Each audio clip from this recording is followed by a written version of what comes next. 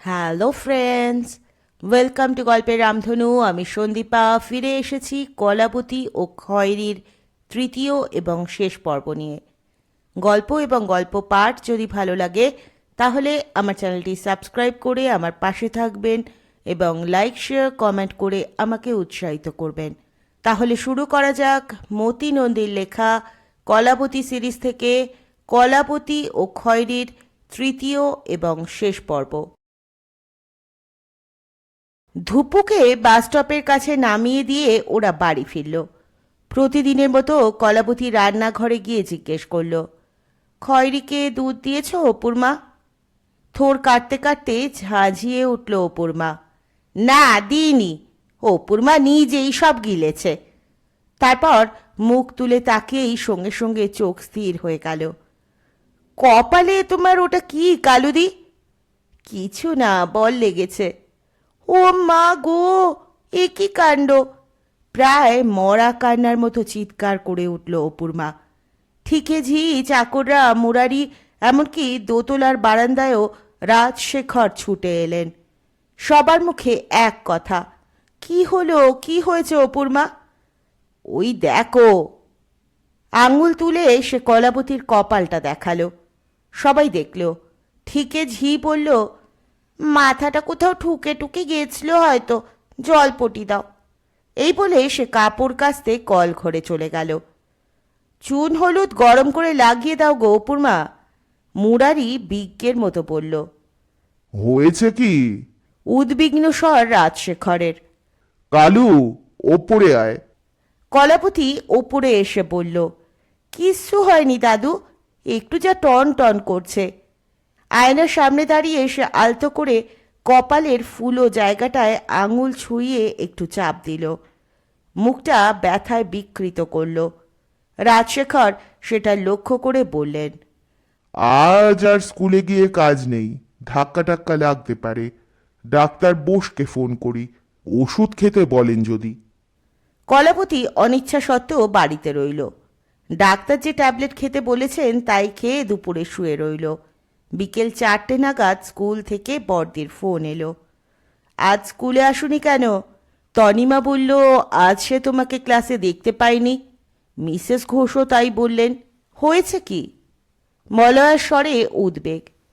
আমার পিস্তুত দাদা একটু আগে ফোন করেছিল, বলল ধূপছায়া আর তোমাকে লাস্ট পিরিয়ডে ছুটি দিতে পারি কি না ক্রিকেট প্র্যাকটিসের জন্য। কেউ খেলতে চাইলে আমি বাধা দেব না, কিন্তু তারপরও বলল আজ সকালে তোমার কপালে খুব জোরে একটা বল লেগেছিল, তা সত্ত্বেও তুমি উইকেট কিপিং করেছো, ব্যাটও করেছো। অন্য মেয়ে হলে বসে পড়তো, কিন্তু তুমি ইনজুরির পরোয়া না করেই নাকি খেলে গেছো। বাবুদা তোমার জেদ আর রোখ নিয়ে প্রশংসা করলেও আমি কিন্তু প্রশংসা করতে পারছি না। আমি তোমাকে ছুটি দিতে পারবো না, আর ক্রিকেট খেলতে বারণই করব।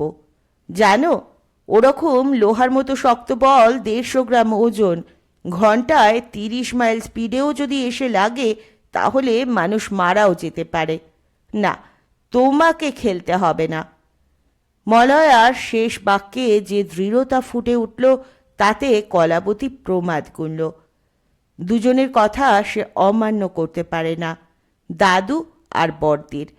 তার যত কিছু আবদার আর অনুরোধ এই দুটি মানুষের কাছে, এবং তা পূরণ হয়। কলাপতি বুঝল খুব হুঁশিয়ার হয়ে তাকে এখন কথা বলতে হবে, আবদার টাবদার চলবে না। বড়দি, মঙ্গলা এখন কেমন আছে? শুনেছিলাম ওর সর্দি হয়েছে। হঠাৎ মঙ্গলার খবর জানতে তোমার ইচ্ছে হলো কেন? ওর তো 3 মাস আগে একটু ঠান্ডা লেগেছিল। তোমায় কে বলল? কাকা। কোর্টে মিথ্যে কথা বলে বলে ওটাই ওর স্বভাবে দাঁড়িয়েছে। বড়দি, অনেক দিন মঙ্গলাকে দেখিনি, খুব দেখতে ইচ্ছে করছে। আজ যাব? এসো, তবে মাথা ঘুরলে কি যন্ত্রণা হলে আসতে হবে না। ডাক্তার দেখিয়েছ? দাদু ট্যাবলেট এনে দিয়েছেন, এখন একদম ব্যথা নেই, একটু শুধু ফুলে রয়েছে। ক্ষুদিরামবাবু পড়িয়ে যান কখন? 8টায়। ঠিক 8টায় আমি গাড়ি পাঠাবো। ভালো কথা।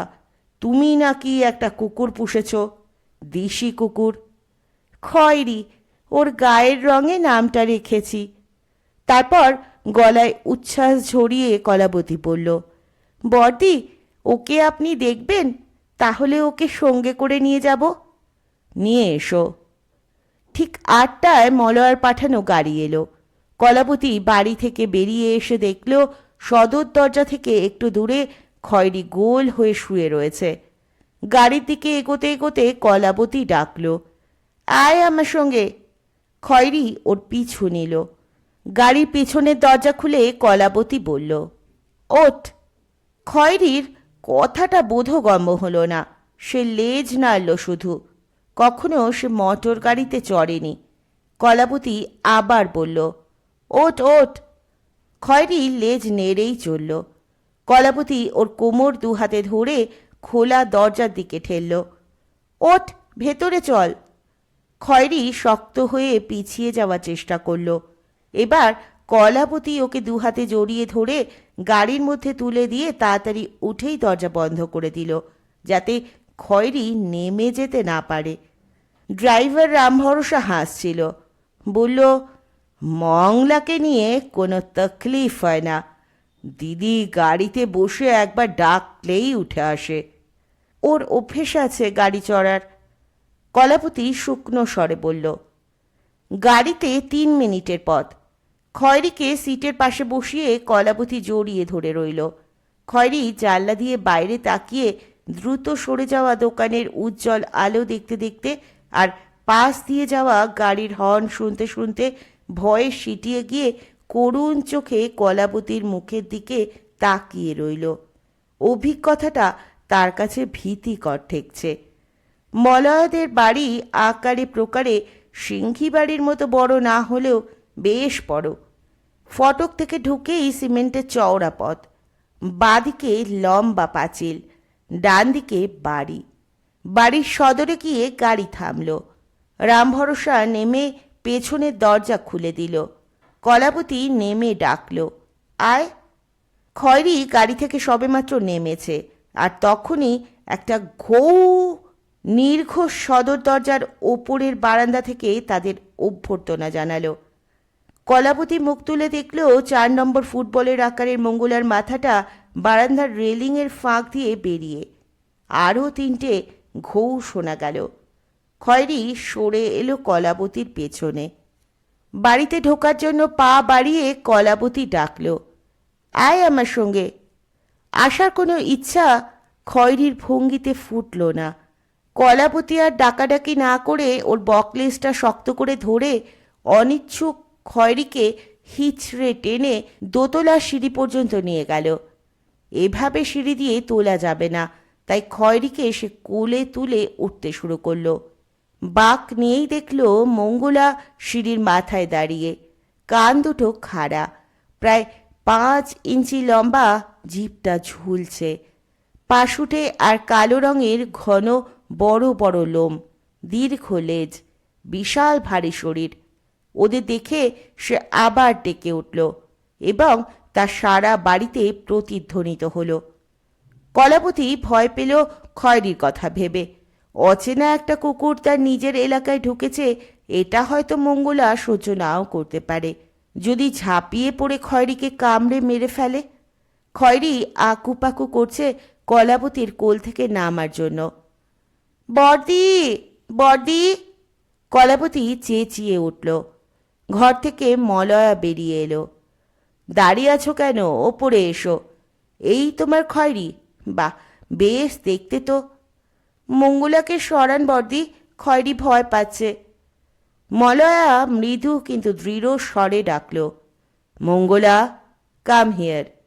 শোনামাত্র সে মলয়ার কাছে গিয়ে দাঁড়ালো। Sit down. মঙ্গলা উবু হয়ে বসে খয়েরির দিকে তাকিয়ে নরম স্বরে ছোট্ট একটা ঘৌ করল। এগিয়ে এসে মলয়া কলাবতীর কোল থেকে খয়েরিকে দুহাতে নিয়ে বলল, মাথার সাদাটা খুব সুন্দর। বয়স কত?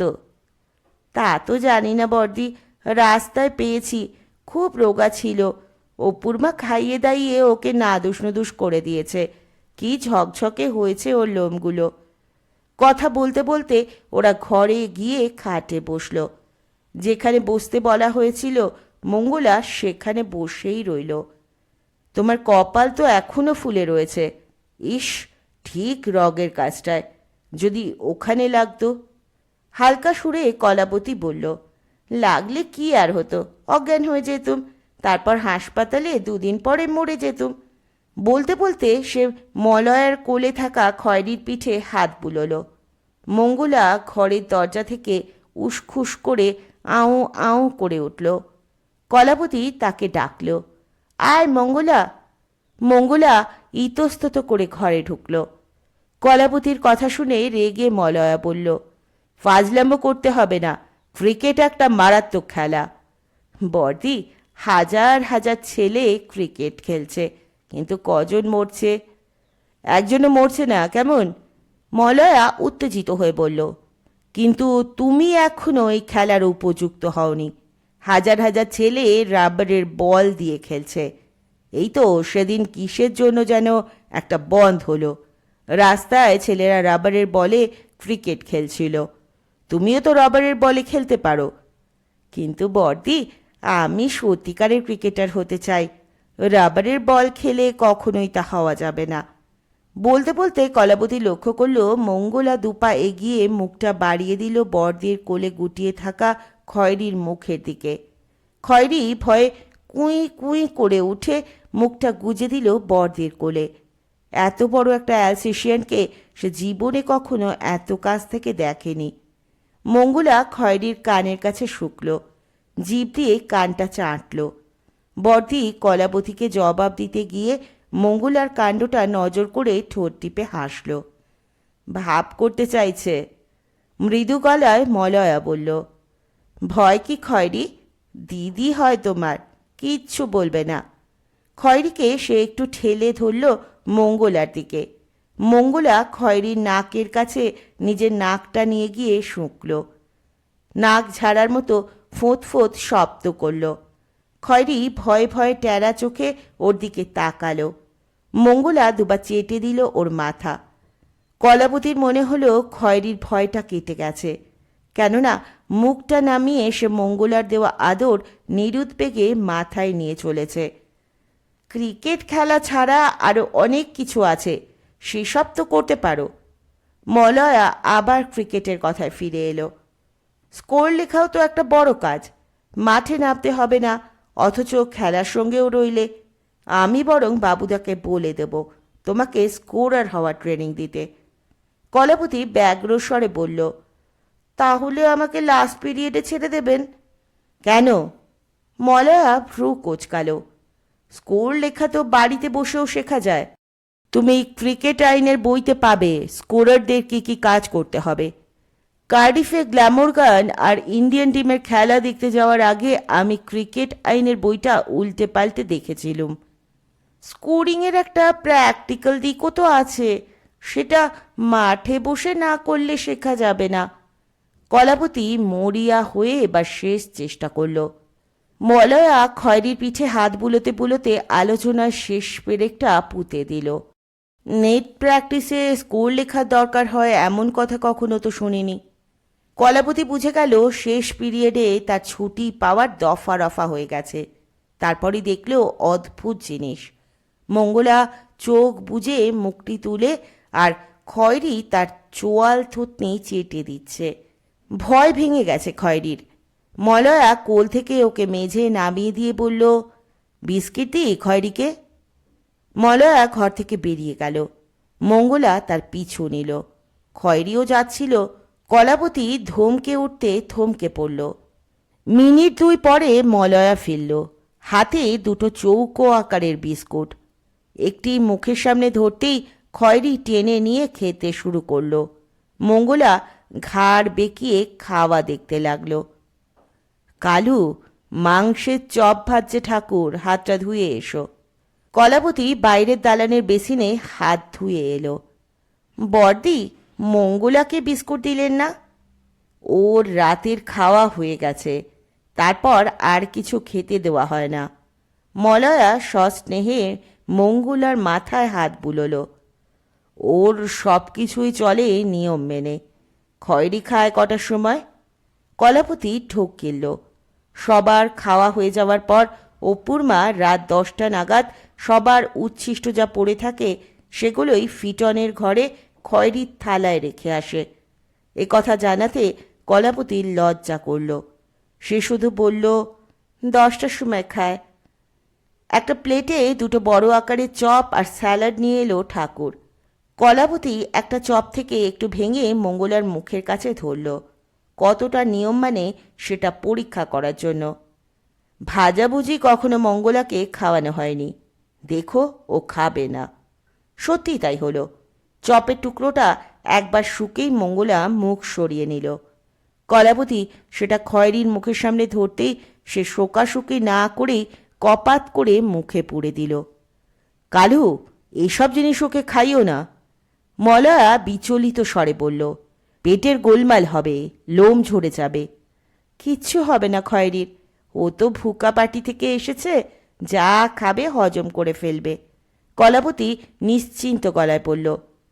ওরা ফিরে আসার জন্য যখন গাড়িতে উঠছে মঙ্গলা তখন বারান্দার রেলিংয়ের ফাঁক দিয়ে মাথা বার করে ডাকাডাকি শুরু করে দিল। কলাবতীর মনে হলো খয়েরি চলে যাচ্ছে বলে মঙ্গলার মন খারাপ হয়ে গেছে। খয়েরি আবার আসবে। কলাবতী হাত তুলে মঙ্গলাকে বিদায় জানালো। গাড়ি যখন ফটক পেরিয়ে রাস্তায় পড়ল তখনও ঘৌ ঘৌ ডাক সে শুনতে পাচ্ছে। কলাপতি বাবুদাকে জানিয়ে দিল বড়দি খেলার জন্য ছুটি দেবেন না। না দিক, তুমি স্কুলের পর বাসে উঠে সোজা চলে এসো, হয়তো একটু দেরি হবে, প্র্যাকটিসের সময় খানিকটা কমে যাবে। তা হোক, যতটুকু হয় সেটাই লাভ। আমাদের স্কুলগুলোর ছুটির সময়টা এমন, ছেলেমেয়েরা খেলাধুলো করবে কখন, শিখবেই বা কখন। আমি বরং মলুকে জানিয়ে দেব তুমি স্কোরার হওয়ার জন্য বাড়িতে প্র্যাকটিস করছো। তারপর ধুপুকে বলল, খবরদার স্কুলে একদম মুখ খুলবে না। এইভাবে বড়দিকে লুকিয়ে সল্টলেকের নেটে চলল কলাবতীর প্র্যাকটিস। বাড়িতে এসে নানা দিকে ঝাঁপিয়ে বল ধরার কসরত চালিয়ে যেতে লাগলো দাদুর বা মুরারির ছোড়া বলে। তার দুটো কোনোই ও পুরো বাহু ছড়ে গিয়ে রক্ত বেরোলো, বেকায়দায় পড়ে গিয়ে ব্যথা হলো, কিন্তু সে এই সব ঝামেলা গ্রাহ্যে আনল না। তাকে উইকেট কিপার হতেই হবে। স্কুলের প্রতিষ্ঠা বছরের সুবর্ণ জয়ন্তী, তাই সোমবার স্কুলের ছুটি। দুপুরে সভা, বিকেলে নানা অনুষ্ঠান ও নাটক হবে। নাটকে কলাবতীর ছোট্ট একটা পার্ট আছে ঝগড়ুটে এক বিধবা বুড়ির। সকাল থেকে ঘরে আয়নার সামনে সে একাই মহড়া দিয়ে যাচ্ছিল। তখন সত্যশেখর কোর্টে বেরোবার মুখে ব্যস্ত হয়ে ঘরে ঢুকে বলল, কালু, আমার একটা কাজ করে দিবি? ব্যাংক থেকে টাকা তুলতে হবে। আজ সন্ধেবেলায় আমাদের কোর্টের এক বেয়ারাকে 1000 টাকা দিতে হবে। কাল ওর ছেলে মুম্বাইয়ে চাকরির ইন্টারভিউ দিতে যাবে। এদিকে হাতে একটা পয়সাও নেই। ধার করার অনেক চেষ্টা করেও জোগাড় করতে পারিনি। শেষে আমার কাছে চাইলো। মানুষটা খুব ভালো। বলেছি সোমবার এসে যেন নিয়ে যায়। তুই টাকাটা তুলে মুরারির কাছে রেখে দিস। এই বলে সত্যশেখর চেকটা কলাবতীর হাতে দিল। সে এর আগে ব্যাংক থেকে কয়েকবার চেক ভাঙিয়েছে। তাদের বাড়ির খুব কাছেই ক্যালকাটা ব্যাংকের শাখা। ব্যাংকের কর্মচারীদের অনেকেই তাকে চেনে। 10:30টায় কলাবতী ব্যাংকের কোলাপসিবল গেটে এলো। এক মানুষ গলে যাওয়ার মতো ফাঁক রেখে গেটটা মোটা লোহার শিকল জড়িয়ে সেটায় তালা লাগিয়ে বন্ধ। একনলা বন্দুক হাতে দারোয়ান ভেতরে দাঁড়িয়ে। ভেতরে বেশ ভিড়। কলাবতী বুক সমান উঁচু খোলা কাউন্টারে বসা লোকটিকে চেক দিয়ে পেতলের একটা চাকতি টোকেন নিল, যাতে নম্বর লেখা 17। সে পেমেন্ট লেখা লোহার খাঁচার মতো জাল ঘেরা কাউন্টারের সামনে ছোট ভিড়ের পাশে গিয়ে দাঁড়ালো। খাঁচার মধ্যে লোকটি টোকেন নাম্বার ডাকছে, টোকেন নিচ্ছে, নোট গুনে ফোকরের মধ্যে দিয়ে সেগুলো এগিয়ে দিচ্ছে। টাকা পেয়ে নোট গুনে নিচ্ছে। কলাপতি দাঁড়িয়ে দেখে যাচ্ছে এবং দেখতে তার ভালোই লাগছে। ব্যাংকের লোকেরা কি অদ্ভুত দ্রুত নোট গোনে এবং ভুল করে না। এটা তাকে অবাক করে। সে এর আগে যে কবার টাকা তুলেছে কখনো কাউন্টারে দাঁড়িয়ে গুণে মিলিয়ে নেয়নি। বাড়ি এসে গুণে দেখেছে একটা টাকাও বেশি বা কম নেই। নিবিষ্ট হয়ে সে পিঁপড়ের সুর নাড়ানোর মতো নোট গোনা আঙুলের নড়াচড়া দেখছিল। তখনই একটা ভারী গলায় চিৎকার করে বলা কথা সে শুনতে পেল, কেউ নড়বেন না, যে যেখানে যেমনভাবে আছেন চুপ করে দাঁড়িয়ে থাকুন, বাধা না দিলে আপনাদের কোনো ক্ষতি আমরা করব না। ব্যাংকের ভিতরে দাঁড়িয়ে কোলাপসেবল গেট টেনে বন্ধ করে দিয়ে লোকটি হাতের রিভলভার দারোয়ানের পেটে ঠেকিয়ে বন্দুকটা ছিনিয়ে নিয়ে তাকে ভয়ে কাঠ হয়ে যাওয়া ভিড়ের মধ্যে ধাক্কা দিয়ে ঠেলে দিল। লোকটির মাথায় সাদা ক্যাপ, যেমনটি ক্রিকেটাররা পরে। চোখের নিচ থেকে গলা পর্যন্ত মুখ একটা সবুজ রুমাল বেঁধে ঢেকে রাখা। পরনে বিবর্ণ জিন্স আর গোল গলা নীল গেঞ্জি। স্বাস্থ্যটা মোটেই কলাবতীর পরা বিষে ডাকাত বা রঘু ডাকাতের মতো নয়, খুবই ছিপছিপে পাতলা। কলাবতীর পাশ থেকে কেউ ফিসফিসিয়ে বলল, ডাকাত পড়েছে, কেউ যেন না বাধা দেয়, ওরা ব্যাংক লুট করেই চলে যাবে। ব্যাংকের ভেতরে তখন প্রায় 30 জন লোক। তার মধ্যে থেকে 3 জন দ্রুত মুখে কালো রুমাল বেঁধে নিয়ে ছুটে কাউন্টারের ওধারে হল ঘরে ঢুকে পড়ল। তাদের 2 জনের হাতে পাইপ গান, অন্যজনের হাতে বড় একটা সাদা ক্যাম্বিসের ব্যাগ। ব্যাগ থেকে সে 2 হাত লম্বা একটা মোটা রড বার করে হলঘরের একমাত্র টেলিফোনটাকে পেটালো। ভেঙে ছত্রাকার হয়ে গেল টেলিফোনটা। তারপরই সে হাত বাড়ালো সেই টেবিলে বসা অ্যাসিস্ট্যান্ট ম্যানেজারের দিকে। তিনি ভয়ে ভয়ে মাথা নাড়লেন। ডাকাতটি তার টেবিলের খোলা ড্রয়ারটা টেনে একটা চামড়ার ওয়ালেট বার করে খুশিতে মাথা নাড়ল। ইতিমধ্যে 2 পাইপগানধারীর একজন ম্যানেজারের ঘরে ঢুকে পড়েছে। কলাবতী তারপরই টেলিফোন আছড়ে ভাঙার শব্দ পেল। কয়েক সেকেন্ড পর ম্যানেজার পিঠে ঠেকানো পাইপগান সহ নিরক্ত মুখে কাঁপতে কাঁপতে বেরিয়ে এলেন। স্ট্রং রুমে চাবি রাখা ওয়ালেটটি ম্যানেজারের হাতে দিয়ে ব্যাগধারী তাকে কি যেন বলল। পাশেই তালা দেওয়া একটা ভারী দরজার দিকে ম্যানেজার এগোলেন। তাকে অনুসরণ করল 2 জন। Hurry up, don't waste time. গেটে দাঁড়ানো নেতা অধৈর্য হয়ে চিৎকার করে উঠল। সারা ব্যাংক পাথর বোবা। টেবিলে বসা কর্মচারীরা ফ্যাল করে শুধু তাকিয়ে। কিছু করতে গেলেই গুলি খেতে হবে। কলাবতী লক্ষ্য করছিল নেতাকে। একটা মশা বা কোনো পোকা নেতার বাঁ চোখের পাশে কামড়েছে বোধহয়। মুখে বাঁধা রুমালটা টেনে নামিয়ে এসে চুলকোতে শুরু করলো। কলাবতী দেখলেও ওর বাঁ চোখের নিচেই একটা বড় আঁচিল, আর বাঁ চোখের ওপর পাতাটা অর্ধেক নেমে। ঘুম পেলে যেমন আধ বোঝা হয় অনেকটা সেই রকম। নেতা চোখ হঠাৎ পড়ল কলাবতীর ওপর। ভ্রু তুলে মেয়েটি তার মুখের দিকে তাকিয়ে। সে দ্রুত রুমালটা টেনে তুলে দিয়ে অস্বস্তি ভরে বার কয়েক কলাবতীর দিকে তাকালো। ম্যানেজারের টেবিলের নিচে তো অ্যালার্মের বাটন আছে, টিপে দিল না কেন? ফিসফিস করে একজন বলল। টিপোক আর গুলি খাক। সঙ্গে সঙ্গে আর একটা ফিসফাস হলো। আগে ব্যাংক না আগে প্রাণ? কলাবতীর কানে আরও কিছু কথা এলো। দেখলেন, আগে থেকে ওরা অবজার্ভ করে রেখেছে। চাবির ব্যাগটা কীরকমভাবে ড্রয়ার থেকে বার করে নিল। আরে মশাই, ভেতরে ওদের লোক আছে খবর দেওয়ার। ঠিক জানে ভল্ট খুলতে 2টো চাবি লাগে, আর সে 2টো কার কার কাছে থাকে। ডাকাত 2টো মিনিট 3-এর মধ্যেই ছুটে স্ট্রং রুম থেকে বেরিয়ে এলো। 3 জন হল ঘরের মধ্য দিয়ে দৌড়ে কাউন্টারের এদিকে এসে গেটের দিকে এগোলো। ভিড় বিভক্ত হয়ে ওদের জন্য যাওয়ার পথ করে দিল। গেটটা ফাঁক করে নেতা দাঁড়িয়ে। ক্যাম্বিজের ব্যাগটা রুগ্ন অবস্থায় স্ট্রং রুমে ঢুকেছিল। বেরোলো এমনই নধর হয়ে যে গেটের ফাঁক দিয়ে তাকে গলাতে গিয়ে পেটটা আটকে গেল। অবশেষে একটা হ্যাঁচকা টানে তাকে বার করা গেল।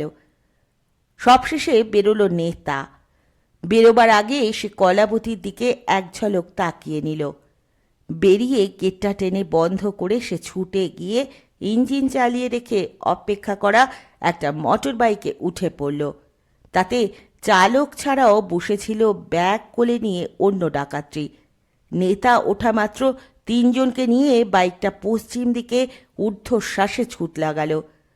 বাকি দুই ডাকাতকে নিয়ে আর একটা বাইক আগেই রওনা দিয়েছে পূর্ব দিকে। পুরো ব্যাপারটা ঘটতে সময় লাগলো মিনিট 7।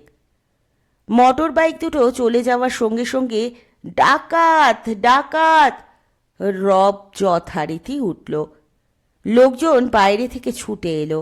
সবাই জানতে চায় কত টাকা ডাকাতি হয়েছে, কেউ মরেছে কিনা। ম্যানেজার মুচ্ছমানের মতো হল ঘরে বসে শুধু মাথা নেড়ে যাচ্ছেন। থানায় ও লালবাজারে খবর দেওয়া হয়েছে, পুলিশ আসছে। আজ আর ব্যাংকের কোনো কাজকর্ম হবে না, টাকা নেওয়াও নয় দেওয়াও নয়। টোকেনটা সঙ্গে নিয়ে কলাবতী বাড়ি ফিরে এলো। তার মন খুব খারাপ লাগছে কাকার সেই বেয়ারাটির কথা ভেবে, যে আজ সন্ধ্যায় 1000 টাকা নিতে আসবে। তার ছেলে কাল মুম্বাই যাবে চাকরির ইন্টারভিউ দিতে, হাতে একটা টাকাও নেই।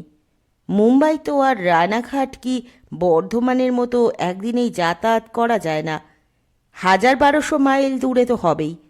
অত দূরে যেতে হলে কিছু টাকা তো সঙ্গে রাখা উচিত। আজই স্কুলের সুবর্ণ জয়ন্তী উৎসব, সন্ধেবেলায় তাকে নাটকে নামতে হবে। তার ইচ্ছে করছে না স্কুলে যেতে। দাদুকে সে ব্যাংক ডাকাতির ঘটনাটা সবিস্তারে বলল, আর বলল কেন সত্যশেখর টাকাটা তুলতে তাকে পাঠিয়েছিল। সতুর কাছে 1000 টাকা নেই? আশ্চর্য! 1000 টাকা দেওয়ার জন্য সিঙ্গিবাড়ির ছেলে কিনা চেক কাটলো। রাজশেখর রাগে গড় গড় করে কথাগুলো বলে শোয়ার ঘরে গিয়ে সিন্দুক থেকে 10টা 100 টাকার নোট বার করে এনে কলাবতীর সামনে ধরে বললেন, যা মুরারির কাছে রেখে আয়। স্কুলের অনুষ্ঠানের পর রাত্রে বাড়ি ফিরে সদর দরজা পেরোতেই কলাবতী সেরেস্তা থেকে চাপা গলায় কাকার ডাক শুনল। কালু, একটু দাঁড়া। ঘর থেকে বেরিয়ে এলো সত্যশেখর। কলাবতীর মুখে নাটকের মেকআপ, সত্যশেখরের মুখে বিপক্ষ কৌশলীর আচমকা তোলা নতুন এক পয়েন্ট। বাবাকে তুই বলেছিস আমার কাছে টাকা নেই? অবাক কলাবতী বলল, তা তো বলিনি, শুধু বলেছি চেকে টাকা তোলার জন্য আমাকে ব্যাংকে পাঠিয়েছ। তোমার লোক টাকা নিতে এসেছিল? এসেছিল, নিয়ে গেছে। নাটক কেমন হলো? কলাবতী উচ্ছ্বসিত হয়ে বলল, দারুণ হয়েছে। সবচেয়ে ভালো হয়েছে বড়দির, উকিলের পাঠ করেছিল। আমি করেছি মিথ্যে সাক্ষী দিতে আসা এক বুড়ির। ব্যাংকের টোকেনটা তোর কাছে রয়েছে, কাল গিয়ে টাকাটা নিয়ে আসবি। এই বলে সত্যশেখর ব্যস্ত হয়ে সেরেস্তায় ঢুকে গেল। রাতে খাবার টেবিলে ব্যাংক ডাকাতি এবং স্কুলের নাটক নিয়ে কথাবার্তা হলো। সত্যশেখর জানতে চাইল, কালু, তুই খুব ভয় পেয়ে গিয়েছিলি তো? এতদিন তো শুধু বইয়ের পাতায় আর সিনেমাতেই ডাকাত দেখেছিস, এবার রক্ত মাংসের ডাকাত দেখা হয়ে গেল। কেউ যে রেজিস্ট করতে যায়নি, এইটাই বুদ্ধিমানের মতো কাজ করেছে। রাজশেখর গর্জন করে উঠলেন, বুদ্ধিমান না ছাই, কাপুরুষের মতো কাজ হয়েছে। আটঘরার বাড়িতে একবার ডাকাত পড়েছিল। আমাদের শ্যামা পাইক লাঠি আর সরকি নিয়ে একা মহড়া দিয়েছিল সেই ডাকাত দলের সঙ্গে। শেষে পালাবার পথ পায় না। গ্রামের লোক তাড়া করে চারটেকে ধরে ফেলে গাছের সঙ্গে বেঁধে রেখে দেয় 3 দিন। শেষে মাফ চেয়ে নাক খত দিয়ে বলল জীবনে আর ডাকাতি করবে না। তখন ওদের ছেড়ে দেওয়া হয়। বাবা, এটা কোন সময়ের ঘটনা? সত্যশেখর তেরছা চোখে তাকালো বাবার দিকে। কলাবতী বলল, শুনলে না, লাঠি সরকি নিয়ে ডাকাতদের সঙ্গে যুদ্ধ করেছিল, নাক্ষত দিয়ে 4 জনকে ছেড়ে দিয়েছিল। দাদু, এটা ইস্ট ইন্ডিয়া কোম্পানির আমলের ঘটনা, তাই না? 1859-এর সিপাহী বিদ্রোহে 2 বছর পরে। রাজশেখরের গলায় বনেদি আভিজাত্য ঝলসে উঠল। তখন বাঙালির সাহস ছিল। সত্যশেখর বলল, এখন পাইপ গান, বোমা আর পিটিয়ে মেরে ফেলার আমল। এখন সাহস দেখায় শুধু ডাকাতরাই। লড়াই করার জন্য এখন কাছে আসতে হয় না, দূর থেকেই গুলি করে দেয়, বোমা ছোড়ে। মানুষ ভয় পায় বলেই ওরা সাহসী। এই শুনে রাজশেখরের মুখের উদ্দীপ্ত ভাবটা ধীরে ধীরে ম্লান হয়ে গেল। গলা নামিয়ে শুধু বললেন, অনেক কিছুই আমাদের হারিয়ে গেছে। দাদুর মুখ দেখে কলাবতী দুঃখ পেল। এই সময় তার মনে পড়ে গেল একটা কথা। চোখ বড় করে সে বলে উঠল, জানো দাদু, নাটকের পর গ্রিন রুমে বড়দি চুপি চুপি আমাকে কি বলল? মঙ্গলার বাচ্চা হবে আর 3 মাস পরেই। দরজার বাইরে দাঁড়িয়েছিল অপুর মা। সে ঘরে ঢুকল, চোখ চকচক করছে, গলায় চাপা উত্তেজনা। বলল, আমাদের খয়েরিরও বাচ্চা হবে কালুদি। শোনা মাত্রই কলাবতী 2 হাত তুলে লাফিয়ে উঠল। রাজশেখরের মুখে হাসি ফুটল, আর সত্যশেখর মাথা চুলকোতে শুরু করে দিল। পরের দিন খবরের কাগজে 10 লাইন বেরোলো এই ডাকাতির খবর। খবরের শেষে লেখা, ডাকাতির কোনো সূত্র পুলিশ পায়নি, কাউকে গ্রেফতার করা হয়নি, জিজ্ঞাসাবাদ চলছে। ডাকাতি হওয়া 6 লক্ষ টাকা উদ্ধার করতে পারবে বলে পুলিশ আশা করছে। জোর অনুসন্ধান চলছে। সুবর্ণ জয়ন্তী অনুষ্ঠানের জন্য পরদিনও স্কুলের ছুটি। কলাবতী ব্যাংকে গিয়ে জানল, যারা গতদিন টোকেন নিয়ে টাকা তুলতে পারেনি তারা আজ পাবে। ব্যাংকের ফটকে রাইফেল হাতে 2 জন পুলিশ। যারা ঢুকছে তাদের দিকে তীক্ষ্ণ চোখে তাকাচ্ছে। ভেতরে যথারীতি কাজকর্ম চলছে, পরিবেশ থমথমে। কলাবতী গতকালের টোকেনটা কাউন্টারে যাকে দিল তিনি মুখ চেনা। নতুন একটা টোকেন তাকে দিয়ে তিনি বললেন, কাল অত তাড়াতাড়ি চলে গেলে কেন? পুলিশ এসে সবাইকে জিজ্ঞাসাবাদ করল। কলাবতী আলগোছে বলল, জিজ্ঞেস করলে আমি বলতুমই বা কি? সবাই যা দেখেছে আমিও তাই দেখেছি। কি জিজ্ঞেস করলো পুলিশ? কাউকে চেনা মনে হলো কিনা, দেখলে চিনতে পারবেন কিনা, এই সব। আজও তো ওরা এসে জিজ্ঞেস করছে, ঘুরে ঘুরে দেখছে। ওই দেখো না 2টো লোক। ডাকাতরা কি আর কোনো ক্লু রেখে গেছে যে চাইলেই পেয়ে যাবে? লোকটি তাচ্ছিল্য ভরে তাকালো। কলাবতী দেখল, হাওয়াই শার্ট পরা সাধারণ চেহারা 2টি লোককে অ্যাসিস্ট্যান্ট ম্যানেজার টেবিলের ড্রয়ার টেনে খুলে খুলে দেখাচ্ছেন। এরপর ওই 2 জনের একজন নিজে ড্রয়ার টানাটানি শুরু করল। ব্যাংকে আজও বেশ ভিড়। কলাবতী সরে গিয়ে একটু ফাঁকা জায়গায় দাঁড়ালো। তার মাথার মধ্যে ঘুরপাক খাচ্ছে লোকটির কথাগুলো। কাউকে চেনা মনে হলো কিনা, দেখলে চিনতে পারবেন কিনা। না, চেনা মনে হওয়ার কোনো উপায়ই ছিল না।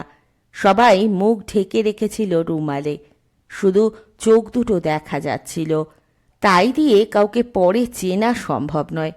কেউ কথা বলেনি, শুধু লিডার ছাড়া। গলার আওয়াজটা তার মনে আছে, শুনলে হয়তো চিনতে পারবে। একটু পরেই তার টোকেন নাম্বার ধরে ডাক হলো।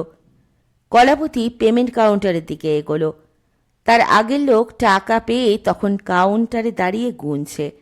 গুনতে গুনতে লোকটি আঙুল দিয়ে 2-3 বার চোখের কোণ ঘষল।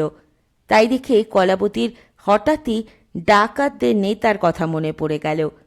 সেও চোখের নিচে চুল করছিল, একটা আঁচিল, চোখটা আধ বোঝা। এই তো ক্লু। টাকা নিয়ে সে কাউন্টার ঘুরে ব্যাংকের ভেতরে ঢুকল। কোথায় পুলিশের লোক 2 জন? সে এধার ওধার তাকিয়ে তাদের দেখতে পেল না। অ্যাসিস্ট্যান্ট ম্যানেজারকে জিজ্ঞেস করল। তিনি বললেন, ওরা তো এইমাত্র চলে গেল। কেন, কি দরকার? দরকার আছে বলেই কলাবতী ছুটল কোলাপসেবল গেট লক্ষ্য করে। লোক 2টো তখন একটা জিপে উঠতে যাচ্ছে। এই যে শুনুন! হাত তুলে সে দৌড়ে গেল। লোক 2টি ফিরে তাকালো। হাঁপাতে হাঁপাতে কলাবতী বলল, আপনাদের আমি একটা ক্লু দিতে পারি।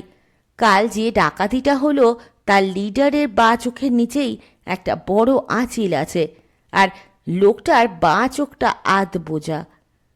ওরা মুখ চাওয়াচাই করার পর একজন বলল, চলো ভেতরে চলো। লোক দুটো কলাবতীকে নিয়ে ব্যাংকের ভিতরে এসে ম্যানেজারের ঘরে ঢুকল। একজন বিনীতভাবে ম্যানেজারকে বলল, আপনার কাজে একটু ব্যাঘাত ঘটাবো। আমরা এই মেয়েটির সঙ্গে একটু কথা বলবো, জরুরি গুরুত্বপূর্ণ কথা। বাইরে বসে বলতে চাই না। ম্যানেজার শস্য ব্যস্ত, বললেন, বসুন বসুন, যতক্ষণ ইচ্ছে কথা বলুন। লোক দুটোর একজন নোট বই বার করলো পকেট থেকে। কলাবতীর নাম, বাড়ির ঠিকানা, কে কে আছে বাড়িতে, কোন স্কুলে কোন ক্লাসে পড়ে, কী জন্য কাল ব্যাংকে এসেছিল, চেকটা কার ছিল ইত্যাদি জেনে নিয়ে প্রশ্ন করল। তুমি ঠিক দেখেছ বাচকের নিচে আঁচিল আছে আর চোখটা ডিফেক্টিভ? কলাবতী জোর দিয়ে বলল, হ্যাঁ ঠিক দেখেছি। লোকটা যখন দেখলো আমি ওর দিকে তাকিয়ে আছি তখন তাড়াতাড়ি রুমালটা টেনে তুলল আর বার কয়েক আমার দিকে তাকালো। আমি যে আঁচিলটা দেখে ফেলেছি সেটাও বুঝতে পেরেছে মনে হলো। লোকটি খসখস করে তার কথাগুলো লিখে নিয়ে বলল, আমাদের কাছে ডাকাতদের যেসব ছবি আর চেহারার বর্ণনার ফাইল আছে, তোমার কথা মতো সেখানে আমরা খুঁজব। আমাদের যা বললে সেসব কথা আর কাউকে কি বলেছ? আপনাদেরই প্রথম বললুম। অন্য লোকটি বলল, একদম এ নিয়ে কাউকে একটি কথাও বলবে না, বললে বিপদ হতে পারে। এখন তুমি আসতে পারো, অনেক ধন্যবাদ তোমাকে। বাড়ি ফিরে কলাবতী ব্যাংক থেকে তোলা টাকাগুলো দাদুকে দিয়ে পুলিশ দুজনকে এসে যেসব কথা বলেছে তা বলল। শুনে রাজশেখরের মুখ উদ্বেগে ভরে গেল। তুই বলে ভালোই করেছিস, কিন্তু ওই যে বিপদের কথা বলল সেটা কিন্তু উড়িয়ে দেবার নয়। তুই যেমন ডাকাতটার মুখ দেখেছিস, তেমনি ডাকাতটাও তোর মুখ দেখে রেখেছে। যদিও জানতে পারে তুই পুলিশকে বলে দিয়েছিস মুখে কি কি চিহ্ন আছে, তাহলে কিন্তু লোকটা তোকে আঘাত করতে পারে। রাজশেখর থেমে থেমে চিন্তিত স্বরে বললেন। কলাবতীর বুকের মধ্যে হালকা একটা ভয় মেঘের মতো উড়ে গেল। ফু দিয়ে সেটা সরিয়ে দেওয়ার ভঙ্গিতে এসে বলল, লোকটা জানবে কি করে পুলিশকে আমি বলেছি? সেখানে তো ছিলেন শুধু ম্যানেজার, তিনি নিশ্চয়ই ডাকাতটাকে বলতে যাবেন না। পুলিশের মধ্যেও গুন্ডা বদমাশের লোক আছে, তারা জানিয়ে দেবে। 3 দিন পর বিকেলে একটা টেলিফোন এলো। রিসিভার তুলে রাজশেখর বললেন, রাজশেখর বলছি। ওধার থেকে একজন পুরুষ শান্ত গলায় বলল, কলাবতী আপনার কে হয়? নাতনি। শীতল কণ্ঠে লোকটি বলল, ওকে বারণ করে দেবেন যেন ডাকাত চেনাবার জন্য উৎসাহ না দেখায়, আর সাবধানে থাকতে বলবেন। রেগে উঠে বললেন রাজশেখর। যদি উৎসাহ দেখায় তাহলে কি করবেন? আরও ঠান্ডা গলায় উত্তর এলো, তাহলে চিরকালের মতো উৎসাহ দেখানো বন্ধ করে দেব। রাজশেখর জবাব দেওয়ার আগেই ওধারে ফোন রেখে দিল। এই ফোন পাওয়ার কথাটা তিনি কাউকে বললেন না, কলাবতীকেও না। তার মনে হলো ডাকাতরা এখনো জানে না কালু পুলিশকে ঠিক কী বলেছে। ফোনটা করেছে আন্দাজে, আগাম একটা হুমকি দিয়ে ভয় দেখাতে। তবে কালু কি বলেছে সেটা ওরা ঠিকই জেনে যাবে। এর 2 দিন পর কলাবতী স্কুল থেকে হেঁটে বাড়ি ফিরছে। আজ বিকেলে তার সল্টলেকে প্র্যাকটিসে যাওয়ার দিন নয়। হাওয়াই শার্ট পরা পাতলা ধরনের একটা লোক যে তাকে স্কুলের গেট থেকে পিছু নিয়েছে তা সে জানে না।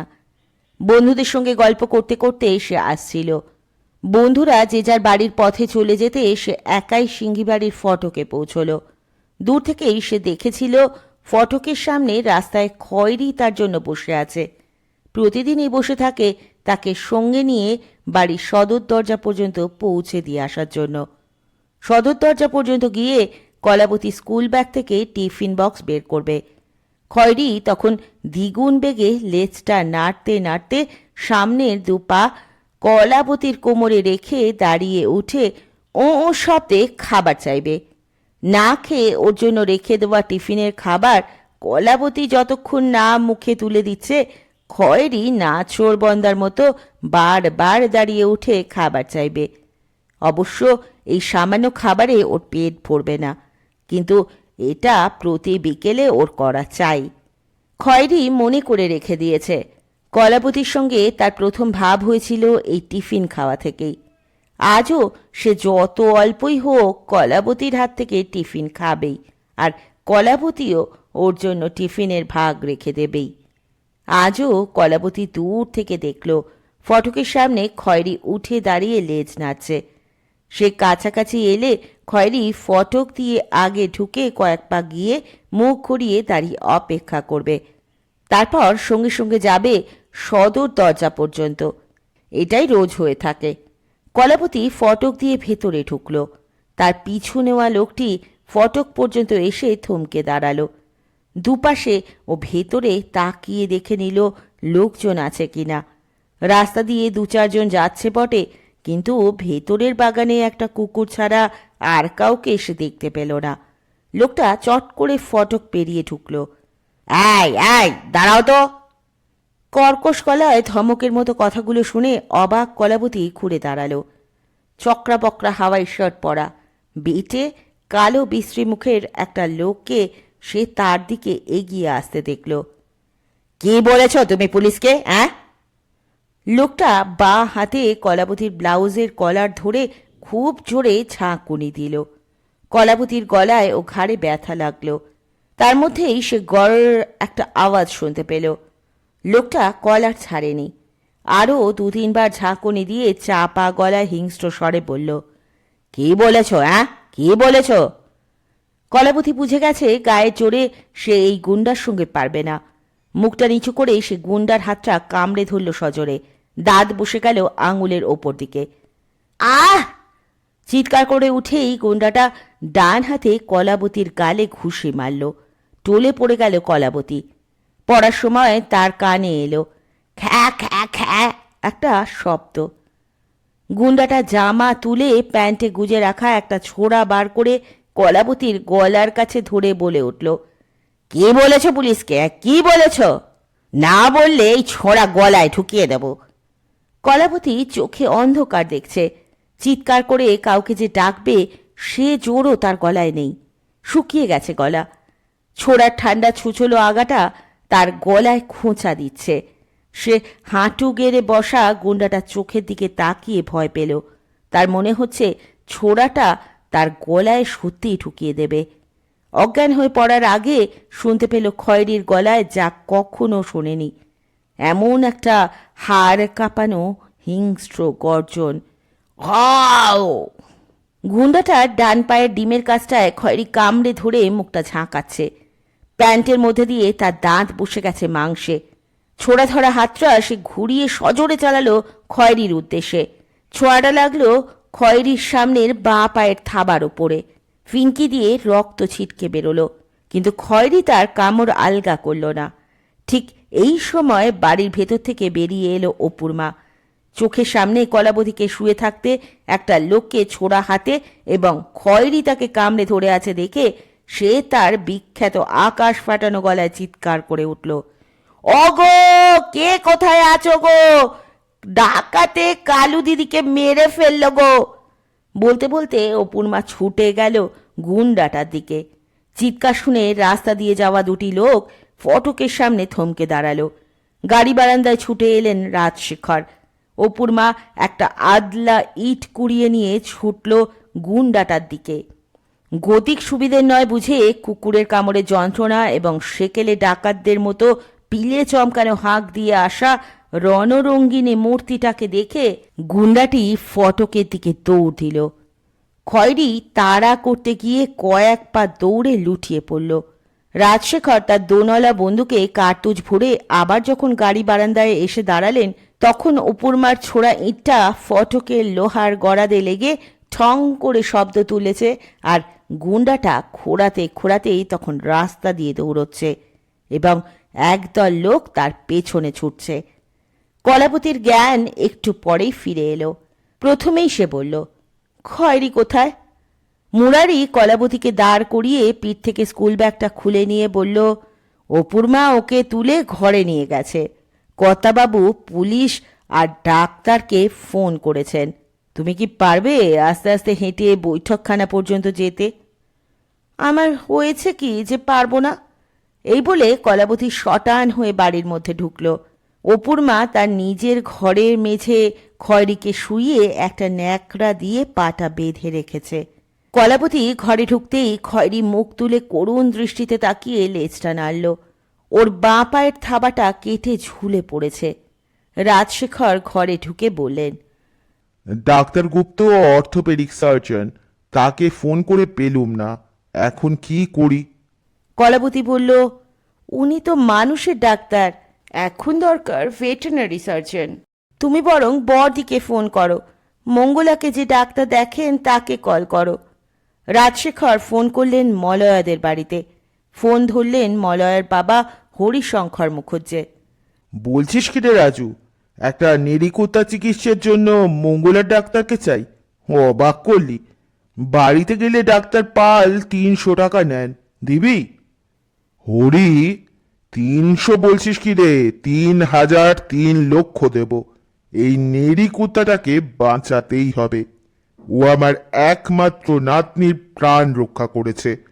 হরি, এসব বোঝার মতো ঘিলু তোর মাথায় নেই। মনু কোথায়? ফোনটা ওকে দে। আধ ঘন্টার মধ্যে ডাক্তার পালকে নিয়ে মলয়া হাজির হলো সিংহবাড়িতে। শেষবার সে এ বাড়িতে এসেছিল মাধ্যমিকের থার্ড স্ট্যান্ড করে রাজশেখরকে যখন প্রণাম করতে আসে। ডাক্তার পাল খয়রির পা দেখে বললেন, হাড় ভেঙেছে, অপারেশন করে ঠিক করতে হবে। লোকাল অ্যানেস্থেশিয়া করে ডাক্তার পাল ভাঙা হাড় জুড়লেন। সারাক্ষণ অপুর মার কোলে মাথা রেখে খয়রি ঘরের লোকেদের মুখগুলো শুধু দেখে গেল। তার মুখ দেখে মনে হলো সে যেন বুঝতে চাইছে, আমাকে নিয়ে আবার এত বাড়াবাড়ি করা হচ্ছে কেন? অপুর মা বললেন, ডাক্তারবাবু, খয়রি মা হবে, ওর পেটের বাচ্চাদের কোনো ক্ষতি হবে নি তো? খয়রির পায়ে প্লাস্টার করতে করতে ডাক্তার বললেন, কোনো ক্ষতি হবে না, তবে বোধহয় খোঁড়া হয়ে যাবে। অসম্ভব শান্ত আমাদের দেশি কুকুররা, পৃথিবীর যে কোনো দেশের কুকুরদের সঙ্গে টক্কর দিতে পারে। আপনি কিছু ভাববেন না। ডাক্তার পাল খয়রির মাথায় হাত বুলিয়ে দিয়ে বললেন। সেই গুন্ডাটি পালাতে গিয়ে সিঙ্গি বাড়ির কাছে জনতার হাতে ধরা পড়ে এবং গণপ্রহারে মারা যায়। পুলিশ একজনও ডাকাত ধরতে বা 6 লাখ টাকা উদ্ধার করতে এখনো পারেনি। পায়ে প্লাস্টার করা খয়রি আশ্রয় পেল সিঙ্গি বাড়ির ভেতরে একতলায় সিঁড়ির নিচে। আগে ওই জায়গায় সত্যশেখরের প্রিয় জার্মান শেফার্ড কুকুর হিটলার থাকত। জায়গাটাকে সে বলতো হিটলারের বাংকার। 25 বছর পর বাংকারে এলো আদ্যন্ত বাঙালি খয়রি, তবে 1.5 মাসের জন্য। পায়ের প্লাস্টার কাটার পর ক্ষতস্থান শুকোতেই সে আবার ফিরে যায় নিজের আস্তানা ফিটনের ঘরে। খোঁড়াতে খোঁড়াতে সে বাগানে ঘুরে বেড়ায় আর ফটক পর্যন্ত গিয়ে কলাবতীর জন্য বিকেলে অপেক্ষা করে। সকালে খাবার টেবিলে 1 বাক্স দানাদার দেখে সবাই অবাক। মুরারি মাথা চুলকে বলল, অপুর মার কাণ্ড। বলল, মুরারিদা, এমন একটা শুভ দিনে সবাইকে মিষ্টিমুখ না করালে কি চলে? ও 10টা টাকা দিল, আমিও 10টা টাকা দিলুম। রাজশেখর অবাক হয়ে বললেন, কিসের শুভ দিন? সত্যশেখর আর কলাবতী জিজ্ঞাসু চোখে তাকিয়ে রইল মুরারির দিকে। একবার দরজার দিকে তাকিয়ে মুরারি বলল, কর্তাবাবু, আপনার 8 ঘরার মেয়েই বলুক। আয় রে, খবরটা তুইই দে। অপুর মা ঘরে ঢুকে কোনো ভনিতা না করে যথাসম্ভব তার বিখ্যাত গলাটা চেপে বলল, খয়রি আজ ভোরে মা হয়েছে, 5টা বাচ্চা। কলাবতীর আগেই রাজশেখর চেয়ার থেকে উঠে দাঁড়ালেন। সত্যশেখর বাক্স থেকে দানাদার তুলে মুখে ঢোকাতে গিয়ে থমকে বলল, 5টা? সতু, তোমার কাছে তো নগদ টাকা থাকে না, কিন্তু এখন কি তোমার পকেটে কয়েকটা টাকা আছে চন্দ্রপুলি কেনার মতো? রাজশেখর গম্ভীর সিরিয়াস গলায় বললেন। সত্যশেখর পাঞ্জাবির পকেটে হাত ঢুকিয়ে কয়েকটা নোট বার করে কাচুমাচু মুখে বলল, বাবা, তিনেক হবে। মুরারি, ফেলু ঘোষের দোকানে এক্ষুনি যা, চন্দ্রপুলি বাসি হলেও নিয়ে নিবি, না থাকলে করা পাক। ফেরার সময় অর্ধেকটা মলয়াকে দিয়ে খবরটা দিবি। এরপর সারা সিংহিবাড়ি ফিটরের ঘরে গিয়ে হাজির হলো। একটা চটের ওপর খয়েরি হাত পা ছড়িয়ে পাশ ফিরে শুয়ে। কালো খয়েরি সাদা লোমের ধাড়ি ইঁদুরের সাইজের 5টা চোখ না ফোটা বাচ্চা তার বুকের কাছে কিলবিল করে বেড়াচ্ছে। কলাপতি একটা বাচ্চা নেওয়ার জন্য হাত বাড়াতেই অপুর মা ধমকে উঠল, হাত দিওনি, গায়ে নোনা লাগবে, আর একটু বড় হোক। সত্যশেখর বলল, একটা বেবি কটে বাচ্চাগুলোকে রাখলে কেমন হয়? কালু, কি বলিস? অপুর মাকে জিজ্ঞেস করো। কথাটা বুঝে নিয়ে অপুর মা বললেন, কটমট আবার কি? মায়ের পাশে না থাকলে ওরা দুধ খাবে কি করে? সন্ধ্যায় ফোন এলো কলাবতীর কাছে। করেছে মলয়া। তার গলায় দুশ্চিন্তা। কালু, কাল রাত থেকে মঙ্গলার লেবার পেন উঠেছে, যন্ত্রণায় কাতরাচ্ছে। ডাক্তার পাল দুপুরে এসেছিলেন, বললেন আরও 24 ঘন্টা অপেক্ষা করে দেখতে, না হলে সিজারিয়ান করবেন। বদি, শুনেছেন তো খয়েরির বাচ্চা হয়েছে 5টা? উচ্ছ্বাস চেপে কণ্ঠস্বর যতটা সম্ভব স্বাভাবিক রেখে কলাবতী বলল, মঙ্গলার কষ্টের কথা শোনার পর আনন্দ প্রকাশ করা যায় না। বাচ্চা হওয়ার খবর তো সকালেই মুরারি দিয়ে গেছে, সেই সঙ্গে সন্দেশও। কেমন আছে খয়েরি? বাচ্চারা দেখতে কেমন হয়েছে? মায়ের মতো অত সুন্দর কেউ নয়। আমার মন খুব খারাপ, কাল স্কুলে যাব না। মঙ্গলার কাছেই সারাক্ষণ রয়েছি। বেচারা খালি কাঁদছে, কি যে হবে জানি না। মলয়া ভিজে গলায় কথাগুলো বলে ফোন রেখে দিল। পরদিন সকালে কলাবতী মলয়াকে ফোন করে জানল মঙ্গলার কষ্ট আরও বেড়েছে। ডাক্তার বলেছেন আর দেরি নয়, বাড়িতেই সিজারিয়ান অপারেশন করবেন। একতলায় একটা ফাঁকা ঘর আছে, সেখানে একটা বড় টেবিল নিয়ে যাওয়া হচ্ছে। ডাক্তারের সঙ্গে থাকবেন 2জন সহকারী। মঙ্গলার হার্টের অবস্থা খুব ভালো নয়। কলাবতী ভাবল স্কুল ছুটির পর মঙ্গলাকে দেখে আসবে। ছুটির পর মলয়াদের বাড়ির দিকে কিছুটা হেঁটে হঠাৎ কি এক অজানা ভয় তার মনে ধরল। সে আয়নায় গিয়ে বাড়ি ফিরে এলো। ফটকে আজ খয়েরি তার অপেক্ষায় ছিল না। সে ফিটনের ঘরে গিয়ে দেখল 5টা বাচ্চা জড়ামড়ি করে একের ঘাড়ে অন্যজন ওঠার চেষ্টা করছে। 2টো বাচ্চা খুবই রুগ্ন, বোধহয় বাঁচবে না। খয়েরি জিভ দিয়ে ওদের গা চেটে চলেছে। কলাবতীকে দেখে শুধু একবার চোখ তুলে তাকালো। খয়েরির ভাতের থালাটা পরিষ্কার, একটা কণাও পড়ে নেই। সে ওর মাথায় হাত বুলিয়ে টিফিন বক্স পার করলো। খয়েরির লেজ নড়ে উঠল।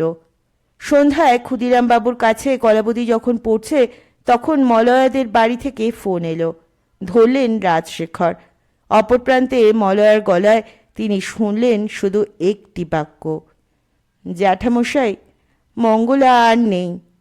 এরপর হাউ হাউ করে কান্নার শব্দ আর ফোন রেখে দেওয়া।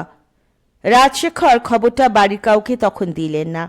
কলাবতীর পড়া শেষ হওয়ার পর তিনি তাকে ডেকে বললেন, সতুকে গাড়ি বার করতে বল কালু, হরির বাড়িতে যাব, মঙ্গলা মারা গেছে। শোনামাত্র কলাবতীর মুখ থেকে আর্তনাদের মতো একটা শব্দ বেরিয়ে এলো। সে ছুটে গেল কাকার সেরেস্তায়। একটু পরেই হন্তদন্ত হয়ে সত্যশেখর দোতলায় উঠে এলো। বাবা, এ কি শুনছি? মলয়া ফোন করে আমায় জানিয়েছে কিছুক্ষণ আগে। ধীর স্তিমিত গলা রাজশেখরের। 10 মিনিটের মধ্যে ওরা 3জন মলয়াদের বাড়ি পৌঁছলেন। রাজশেখর 30 বছর আগে হরিশঙ্কর মুখুজ্জের মায়ের শ্রাদ্ধে শেষবার এই বাড়িতে এসেছিলেন, তারপর আজ এলেন। বাড়ির বাইরের আলোগুলো নেভানো, ভেতরেও টিম টিম করছে একটি দুটি, সারা শব্দ নেই কোথাও। আয়। হরিশঙ্কর ডাকলেন রাজশেখরকে, নিয়ে বসালেন বৈঠকখানায়। মলয়া কোথায়? রাজশেখর নিচু গলায় জিজ্ঞেস করলেন। পাশের ঘরে। সত্যশেখর আর কলাবতী পাশের ঘরে গিয়ে দেখল মঙ্গলাকে টেবিলেই শুইয়ে রাখা হয়েছে, গলা পর্যন্ত একটা সাদা চাদরে ঢেকে। তার পাশে দাঁড়িয়ে মলয়া হাত বুলিয়ে দিচ্ছে মৃত মঙ্গলার মাথায়। ঘরের একধারে একটা বড় প্লাস্টিকের গামলায় মঙ্গলার বাচ্চারা স্তূপ হয়ে রয়েছে। পোলতে পাকানো ন্যাকড়া গরুর দুধে ডুবিয়ে চাকর চেষ্টা করছে ওদের খাওয়াতে। কয়েক ঘন্টা বয়সী বাচ্চারা পারছে না পোলতে চুষে দুধ খেতে। কলাবতী ফিস ফিস করে চাকরটিকে জিজ্ঞেস করল, কটা বাচ্চা হয়েছে? 7টা, তার মধ্যে 2টো মরা। এভাবে কি ওরা খেতে পারে? ড্রপারে করে খাওয়াতে হবে। কলাবতী পরামর্শ দিল। চেষ্টা করেছি, মুখ থেকে ফেলে দিল। চাকরটির অসহায়ত্ব গলায় ফুটল। সত্যশেখর বলল, ফিডিং বটলে করে খাইয়ে দেখা যেতে পারে। তুমি দৌড়ে স্টেশনারি দোকান থেকে একটা কিনে আনো। মানিব্যাগ থেকে সে টাকা বার করে দিল। রাজশেখর ঘরে এলেন, সঙ্গে হরিশঙ্কর। মলয়ার মাথায় হাত রেখে রাজশেখর বললেন, মঙ্গলা যাদের রেখে গেল, এবার তাদের তো দেখতে হবে। ওদের মধ্যে দিয়েই মঙ্গলা বেঁচে থাকবে। মুখ ফিরিয়ে মলয়া গামলাটার দিকে তাকালো। তার চোখ দিয়ে টপ টপ জল ঝরে পড়ল। চাকরটি একটি দুধ খাওয়াবার ফিডিং বটল আনলো। তাতে দুধ ভরে সে নিপলটা একটা বাচ্চার মুখে ঢোকালো। কিন্তু অত বড় আর মোটা নিপল মানুষের বাচ্চাকে দুধ খাওয়াবার জন্য। অতটুকু সদ্যজাত কুকুরের বাচ্চা চুষে দুধ বার করতে পারল না। তাহলে কি হবে? হরিশঙ্কর দুশ্চিন্তায় পড়লেন। এরা তো না খেয়ে মারা যাবে। গামলার মধ্যে 5টা দৃষ্টিহীন বাচ্চা নড়াচড়া করছে। কলাবতীর মনে হয় ওরা খিদে ছটপটাচ্ছে। কিন্তু কি বা তারা এখন করতে পারে? বাচ্চাগুলো না খেতে পেয়ে হয়তো একে একে মরে যাবে। এ কথা ভেবে তার চোখে জল এসে গেল। সে আর এখানে থাকতে চাইল না। রাজশেখরকে কানে কানে বলল, দাদু, বাড়ি চলো। ওরা বাড়ি ফিরে আসতেই অপূর্মা ব্যস্ত হয়ে জানতে চাইল, মঙ্গলা মারা গেল কেন? কলাবতী তাকে কারণটা বলল, হার্ট ফেল। তারপর অপূর্মা জিজ্ঞেস করল, বাচ্চা কটার কি হবে? মনের কষ্ট চেপে কলাবতী উদাসীনভাবে বলল, কি আবার হবে? মায়ের দুধ না পেয়ে একসময় মরে যাবে।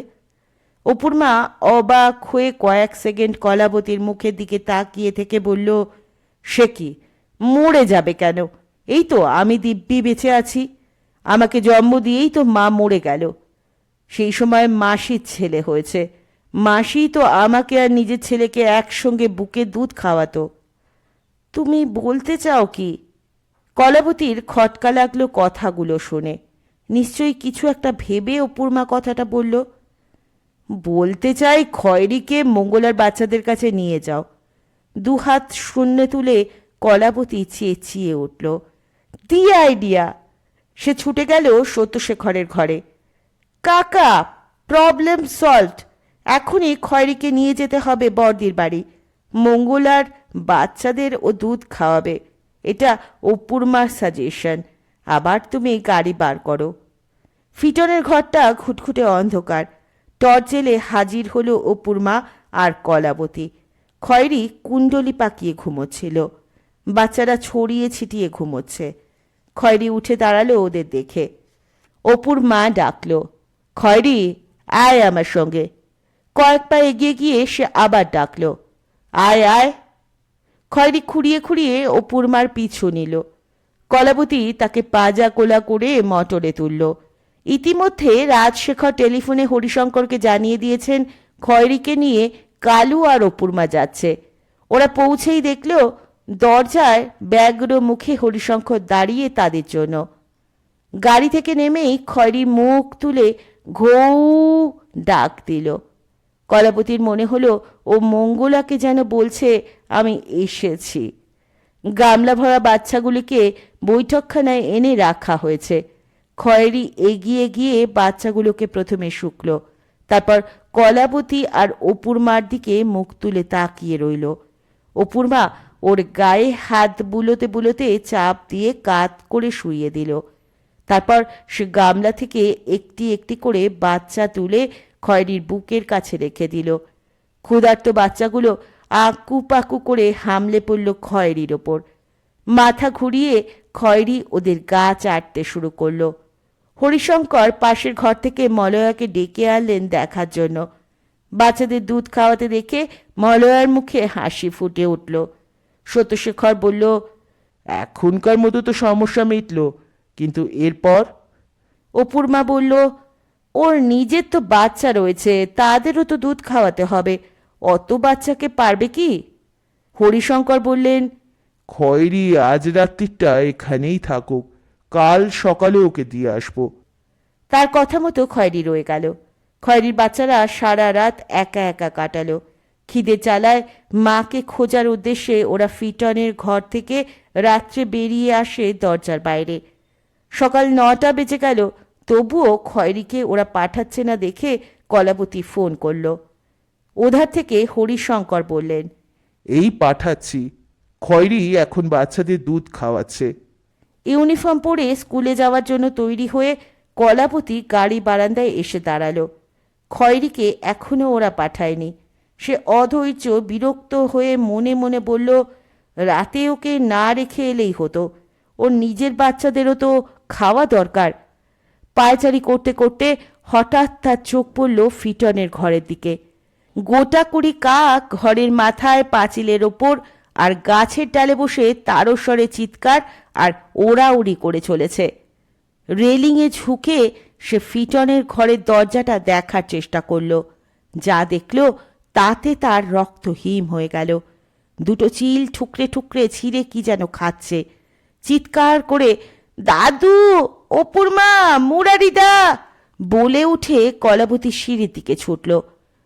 6-7টা লাফে একতলায় পৌঁছে মেরে ফেললো, মেরে ফেললো বলে চেঁচাতে চেঁচাতে বাড়ি থেকে বেরিয়ে ফিটনের ঘরের দিকে পাগলের মতো ছুটে গেল। তার পেছনে ছুটল অপুর মা, মুরারি আর এক ঠিকেঝি। 5টা বাচ্চা নিথর হয়ে পড়ে আছে। চিল দুটো বাচ্চার পেট ঠোঁট দিয়ে চিরে নাড়ি ভুড়ি বার করে খাচ্ছে। কয়েকটা কাক চিল দুটোর 3-4 হাত দূরে কা কা করে ওড়াউড়ি করছে। কলাবতী এধার ওধার তাকিয়ে একটা বাঁশের টুকরো দেখতে পেয়ে তুলে নিয়ে ঘোরাতে ঘোরাতে ভাগ ভাগ বলে এগিয়ে গেল চিল দুটোর দিকে। হায় হায় হায়, এ কি সর্বনাশ হলো গো! অপুর মা এই বলে ঝুঁকে পড়ল বাচ্চাগুলোর ওপর। এখন আমি খয়েরির কাছে মুখ দেখাবো কি করে কালুদি? ওকে তো আমি বাচ্চাদের কাছ থেকে তুলে নিয়ে গিয়ে ও বাড়িতে দিয়ে এনু। রেতে যদি ওকে আনতুম তাইলে এই সর্বনাশটা হতো নি গো। অপুর মা কপাল চাপড়াতে লাগলো। মুরারি বলল, দেখো তো, এখনো একটা যেন বেঁচে আছে মনে হচ্ছে। পেটের কাছটা সাদা, তাছাড়া আগাগোড়া খয়েরি লোমের বাচ্চাটার মাথা নড়ছে। মুরারি আঙুল দিয়ে দেখালো। সন্তর্পণে আলগোছে অপুর মা বাচ্চাটাকে তুলে নিল। দেখি বাঁচাতে পারি কি না। কলাবতী তারা খেয়ে কাক ছিলেরা উড়ে গিয়ে ছাদের ওপর বসল। গাড়ি বারান্দা থেকে রাজশেখর বললেন, মুরারি, ওখানেই মাটি খুঁড়ে ওদের কবর দিয়ে দে। খয়েরি এসে বাচ্চাদের মরা মুখ যেন না দেখে। মৃতপ্রায় বাচ্চাটিকে অপুর মা বাড়ির মধ্যে নিয়ে গেল। মুরারি একটা কোদাল এনে জমি খুঁড়তে শুরু করলো। কলাবতী এক দৃষ্টে মরা বাচ্চাগুলোর দিকে তাকিয়ে দাঁড়িয়ে। 4টে বাচ্চাকে গর্তে শুইয়ে মুরারি মাটি চাপা দিল। তার মিনিট খানেক পরেই মলয়ার মোটর সিঙ্গি বাড়িতে ঢুকল। গাড়ি থেকে নামলো মলয়া আর খয়েরি। নেমেই খয়েরি খোঁড়াতে খোঁড়াতে ছুটে গেল ফিটন ঘরের দিকে। ঘরের ভেতর ঢুকে বাচ্চাদের দেখতে না পেয়ে ঘরের এধার ওধার ঘুরে ঘুরে মেঝে কিছুক্ষণ শোকাশুকি করে বেরিয়ে এসে চাপা গলায় বাচ্চাদের ডাকল। একটু দূরে দাঁড়িয়েছিল কলাবতী। মলয়া তার কাছে এসে কৈফিয়ত দেওয়ার স্বরে বলল, বাচ্চাগুলোকে সকালে পেট ভরে খাইয়ে দিয়ে ওকে ফিরিয়ে দিয়ে যাব, এই ভেবেই খয়েরিকে রেখে দিয়েছিলাম। একটু দেরি হয়ে গেল, এবারও নিজের বাচ্চাদের খাওয়াক। কলাবতী শান্ত স্বরে বলল, তার আর দরকার হবে না বর্দি। খয়েরি তার বাচ্চাদের আর দুধ খাওয়াতে পারবে না, ওরা মরে গেছে, ওই দেখুন কবর। কলাবতী আঙুল তুলে যেখানটা দেখালো তার ধারেই দাঁড়িয়ে খয়েরি মুখটা আকাশের দিকে তুলে করুণ সুরে দুবার ডাকল, ও ও ও। তারপর সে কলাবতীর কাছে এগিয়ে এলো। কলাবতীর মনে হলো খয়েরি যেন জিজ্ঞেস করছে, আমার বাচ্চারা কোথায়, তুমি জানো কি? হতবম্ব মলয়াকে দাঁড় করিয়ে রেখে কলাবতী ছুটতে ছুটতে বাড়ির মধ্যে ফিরে এলো। রান্নাঘরের সামনে দাঁড়িয়ে ভয়ার্ত চোখে সে সদর দরজার দিকে তাকালো। খয়েরি তার পিছু নিয়ে আসছে কি? খয়েরি নয়, এলো মলয়া।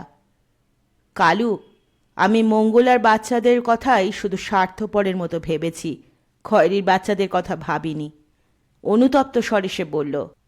রাজশেখর সিঁড়ি দিয়ে নামতে নামতে মলয়ার কথাগুলি শুনতে পেলেন। তিনি বললেন, খয়েরির মুশকিল কি জানো? ও অবলা, মানুষের মতো কথা বলতে পারে না, পারলে অনেক কিছু বলতো। সদর দরজার কাছ থেকে শোনা গেল ভুক ভুক ভক। রাজশেখর বললেন, কি বললো বলো তো? সবাই চুপ করে রইল। কালু, ওকে ডেকে আনো, না ডাকলে তো বাড়ির মধ্যে ঢুকবে না।